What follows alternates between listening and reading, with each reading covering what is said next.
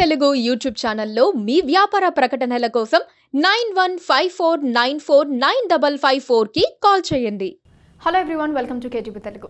తెలంగాణలో అసెంబ్లీ ఎన్నికలు ముగిసిన 4 నెలలకే లోక్సభ ఎన్నికలు వచ్చాయి. ఈ ఎన్నికలతో కింద మీద పడుతున్న సమయంలోనే 3 ఉమ్మడి జిల్లాల్లో ప్రభావం చూపేలా మరో ఉప ఎన్నిక వచ్చి పడింది. అదే ఖమ్మం, నల్గొండ, వరంగల్, పట్టభద్రుల ఉప ఎన్నిక. 3 ఏళ్ల క్రితం ఎమ్మెల్సీగా పల్లా రాజేశ్వర్ రెడ్డి ఈ స్థానం నుంచి గెలిచారు.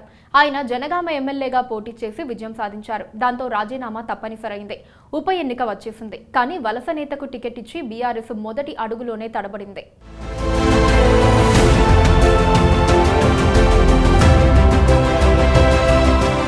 గ్రాడ్యుయేట్ ఎమ్మెల్సీ ఎన్నికల్లో పార్టీల బలం పరిమితంగా ఉంటుంది. విద్యావంతులు ఎవరికి నచ్చితే వారికి ఓటేస్తారు. గతంలో విద్యా సంస్థల అధినేతగా ఉన్న పల్లా రాజేశ్వర్ రెడ్డి బీఆర్ఎస్ అభ్యర్థిగా అంగ అర్ధబలాలను ఉపయోగించుకొని విజయం సాధించారు. 2వ స్థానంలో తీన్మార్ మల్లన్న, 3వ స్థానంలో కోదండరాం నిలిచారు. అప్పట్లో కాంగ్రెస్ అభ్యర్థి రేసులో కూడా లేరు. కానీ ఇప్పుడు కాంగ్రెస్ అధికార పార్టీ హోదాలో ఉండటంతో ముందస్తుగానే అభ్యర్థిని ప్రకటించింది.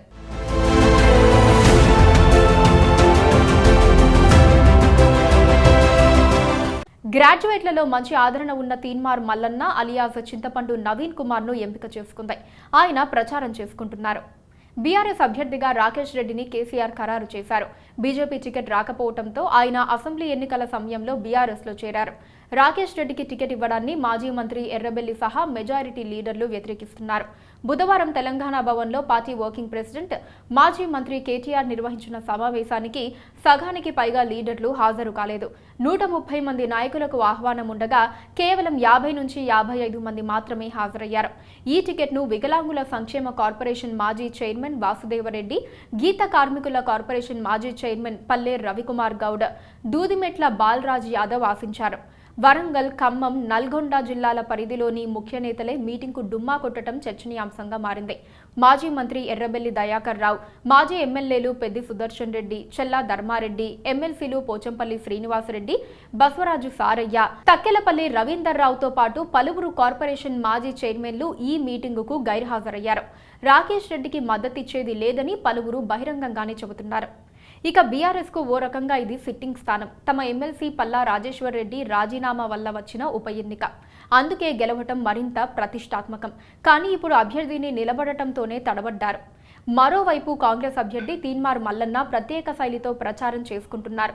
ఆయనకు కాంగ్రెస్ నేతలు సహకరిస్తున్నారు.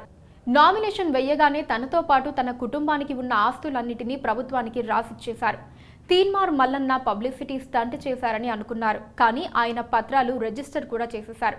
పనితీరు ఆధారంగా తనపై తానే రీకాల్ సిస్టమ్ కూడా పెట్టుకుంటానని చెబుతున్నారు. కేసీఆర్ ప్రభుత్వానికి వ్యతిరేకంగా యూట్యూబ్ ఛానల్లో చేసిన వీడియోలతో తీన్మార్ మల్లన్న పాపులర్ అయ్యారు. క్యూ న్యూస్ పేరుతో ఉన్న ఆయన ఛానల్కు యువతలో మంచి క్రేజ్ ఉంది. ఓ టీవీ ఛానల్లో తీన్మార్ మల్లన్న కార్యక్రమంతో చింతపండు నవీన్ కుమార్ కు తీన్మార్ మల్లన్న అన్న పేరు స్థిరపడిపోయింది. దాన్ని ఆయన క్రమబద్ధంగా ఉపయోగించుకుంటూ వస్తున్నారు.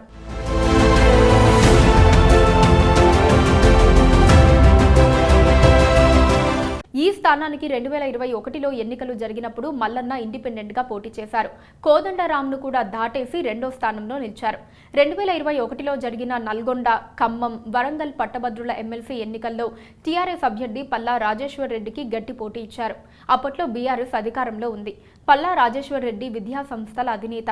ఆయన తన నెట్వర్క్ను ఉపయోగించుకొని పట్టభద్రుల ఓట్లను పెద్ద ఎత్తున ఎన్రోల్ చేయించారు.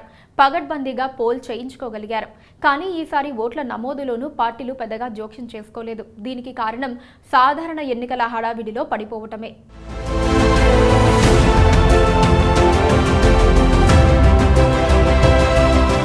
మొత్తంగా సిట్టింగ్ ఎమ్మెల్సీ స్థానంలో అభ్యర్థిని గెలిపించుకునే ప్రయత్నంలో బీఆర్ఎస్ మొదటి అడుగులో ఫెయిల్ అయింది.